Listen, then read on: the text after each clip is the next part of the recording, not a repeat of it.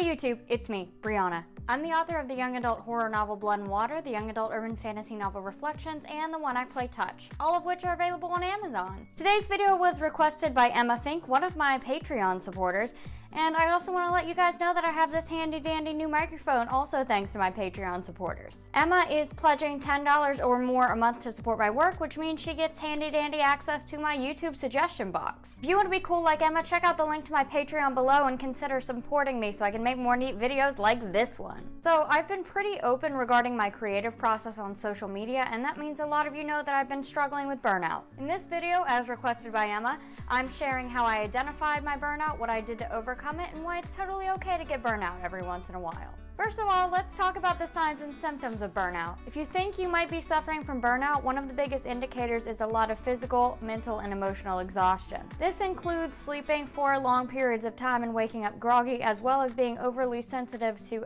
external stimuli and blowing up at people for no damn reason. In my case, that meant having a shorter fuse than usual and having a high degree of executive dysfunction. Anytime I needed to do something, I would just put it off and put it off and put it off. Another symptom of burnout I recognized in myself was that I not only didn't feel like writing, but I dreaded writing. At the same time, because I wasn't writing, I felt a weird amount of shame and guilt. This shame and guilt caused me to not write, and I dreaded it, and then you guessed it, the whole vicious cycle repeated itself. If you recognize any of these signs and symptoms of burnout in yourself, don't panic. I'm also going to share a few ways that I personally worked toward overcoming my burnout in hopes that it will help you overcome yours as well. First of all, I took a break. Most of you know that for me, as someone who prides herself on her insane work ethic, this is huge.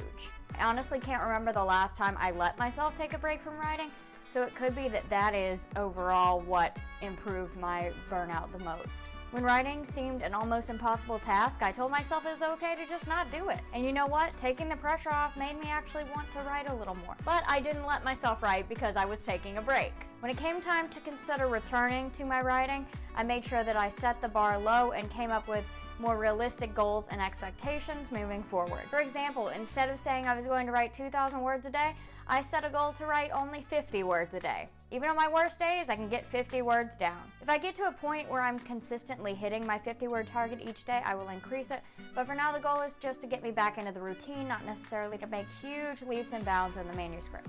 Finally, a big part of what helped me heal from my burnout was realizing that burnout is totally a thing. It's normal and it happens to everybody. For some weird reason, I thought that real writers didn't get burnout, which is just ridiculous because writing is the same as any other career. You're not going to be 100% on all the time, just like you're not going to have your best ideas or be as passionate about your work every single day. And that's totally okay. It's totally normal and it's only temporary. For me, the biggest thing that helped me through my period of burnout was knowing that it was temporary, like I said, and that it would pass. Oftentimes when you're burnt out, it can be tempting to give in to the idea that it will last forever. However, this is not the case. I'd also like to point out that your burnout does not define you as an author. You are not any better or any less of an author because you're burnt out. You might just need to take some time to step away from your project so you can refresh and rejuvenate your mind. That's all the time I have for today. If you enjoyed this video, feel free to give it a thumbs up and click subscribe so you never miss a video. Thanks again, Emma, for requesting this video, and thank you for being a patron. Also, guys, feel free to leave a comment below letting me know what your tips are for overcoming burnout.